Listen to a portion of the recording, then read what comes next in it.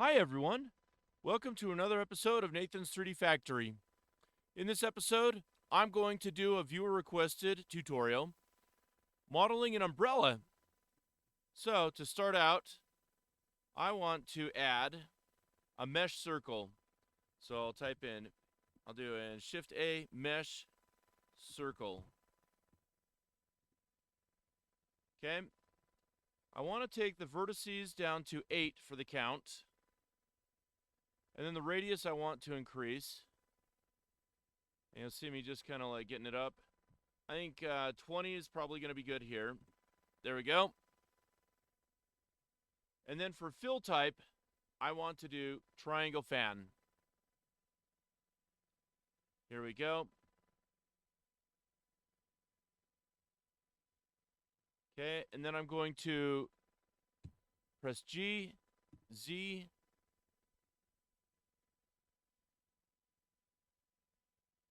and then I want to take it up 30. Okay, there we go.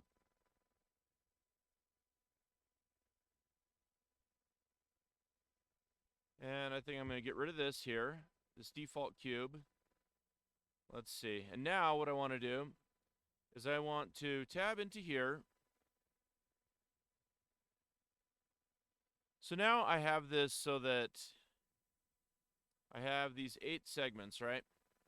So these 8 segments here are going to be my kind of my like main ridges for if I were to operate this umbrella, okay? And the rest of it is just going to be kind of like the web, cloth, whatever you want to call it, between it, right? So what I want to do is that I want to take all this right here. I want to subdivide it a few times. And I also want to subdivide these a few times as well. So now, what I'm going to do is I'm going to go to edge select mode by pressing 2.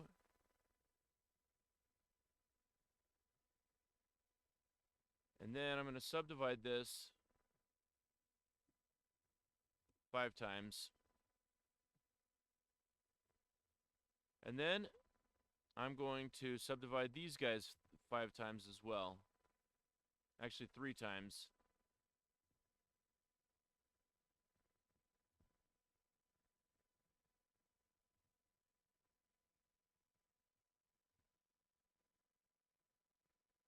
Okay, so I'm just going to do Control R, scroll up the mouse wheel with this.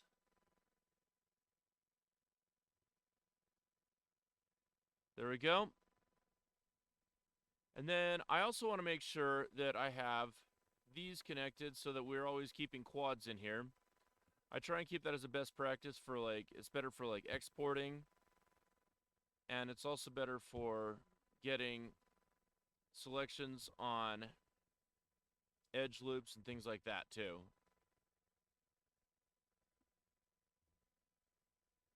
Okay, so just a few more of these.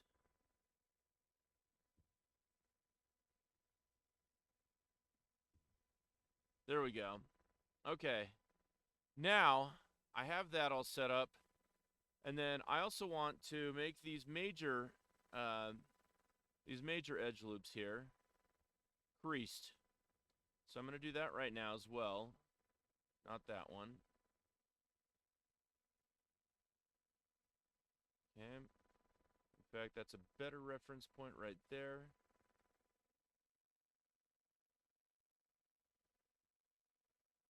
Okay. All right, and then I'm going to press Shift E 1. Okay. And then I'm going to take this vertex in the middle, and I want to pull this one up. And I also want to turn on proportional editing by pressing O. And then I actually experimented with this. So looking at this, I ended up finding that root was my favorite way to go. So then I can press G, Z.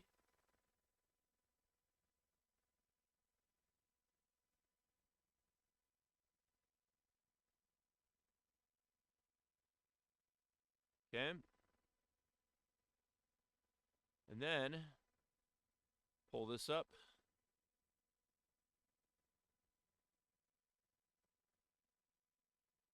That gives you kind of that nice effect where you have these guys pulled up as well. So don't be afraid to experiment with proportional editing when you're trying stuff out like this. Because I looked at smooth, which is the default, didn't quite work for me. I just wasn't really thrilled with it, you know? So now, I got that taken care of. Next, what I want to do is I want to get the stock. I want to have it where it has the curved handle on it as well. So I'm going to add a curve.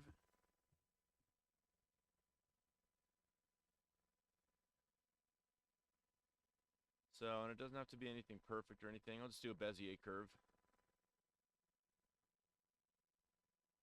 So then let's see. I'm going to rotate that along the x-axis, 90. Okay, so now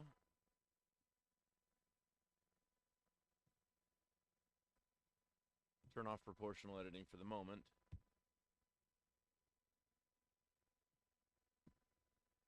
Okay, I'm going to rotate along the y-axis, 90. Negative. Do that. I may have to redo that. In fact, I'm going to try that out. I'm going to see what's going on with that. Okay, so far I don't see anything wrong with it. And I want to have this at x0. I want to do that for all these points. Okay, so we're good there.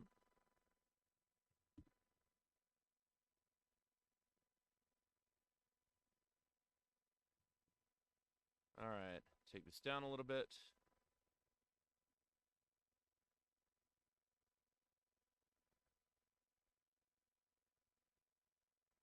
And then I want to make sure this is at 0 in the y and the z, so we're good there. Also on the y-axis, I want to make sure this is set to 0 as well. Oops, okay, I don't want to do that. That was local. It was the z-axis that I didn't want it to go anywhere weird. Okay, that's better. Okay, now I'm going to subdivide this.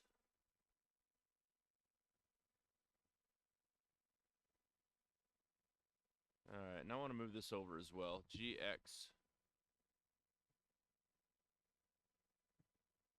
Alright, and this one I'm going to keep it 0. And I'm going to move this down on the global z-axis. Okay, I want to make sure this one is lined up to 0 as well. This one too. Looks good. And I'll get this pulled up on the z-axis. Alright, and then local y, I just want that at 0. GZ.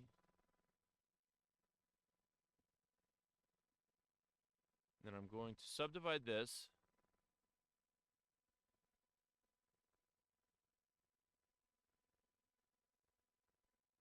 Alright, and then this one, I'll put it 0. Same here.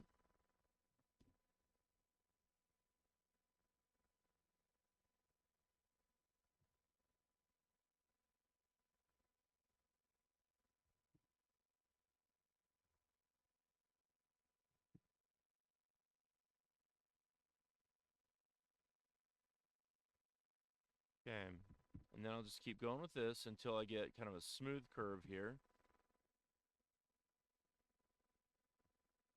Okay. And now I have kind of, I have this handle here that I can do something with.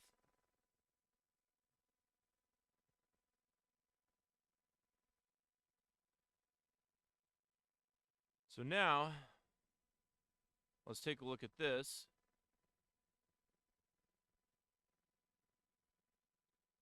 And then what I want to do is that I want to make a bevel on this. So then, what I can do is I can say, all right, let's try 1, see what we get. Probably want to take that down a little bit. 0.5. Okay, and let's see. The resolution, how are we looking on that?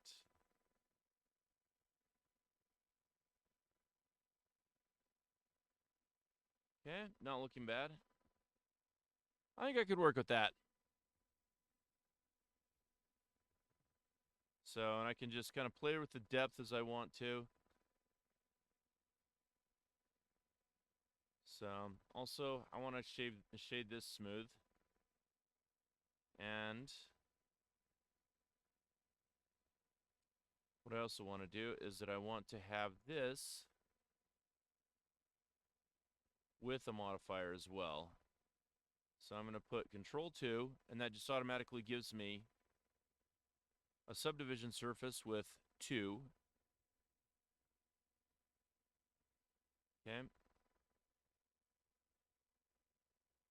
So I can also scale this up if I need to.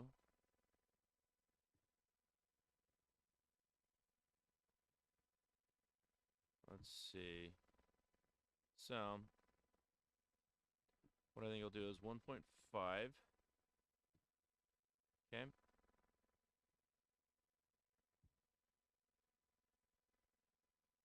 Okay. I don't know what this distracting circle thing is, but we're getting to the end now.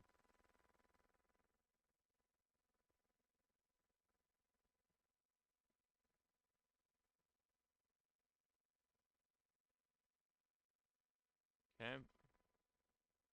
So, okay, so now I got these items here. I want to do Shift, no, not Shift A, Control A, scale. Okay. And then I can add some materials to this as well. Let's see, in this one right here, I want to have as well. Okay. Oh, I know what I did here. I think the box, that's what I was doing. Okay, I didn't want the select circle, I just wanted to keep the box. Okay, so I think what I want to do here is with this stock, let's call it stock.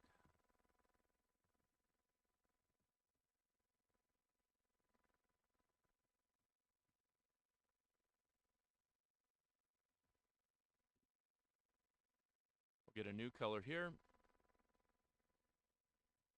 Stock.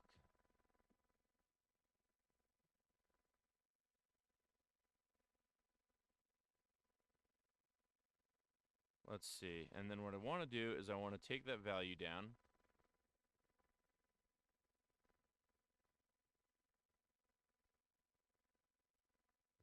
Okay. Then I'll put that in a viewport display as well. And this one, I'll just use the default material.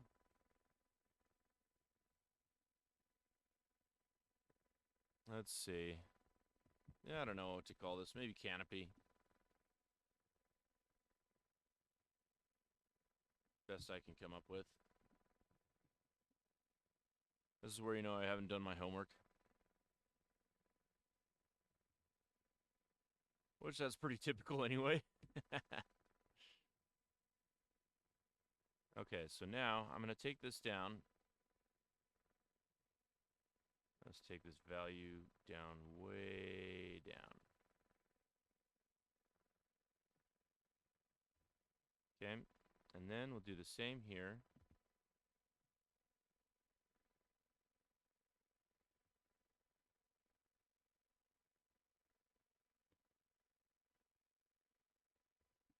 And then I want to pull this up a little bit.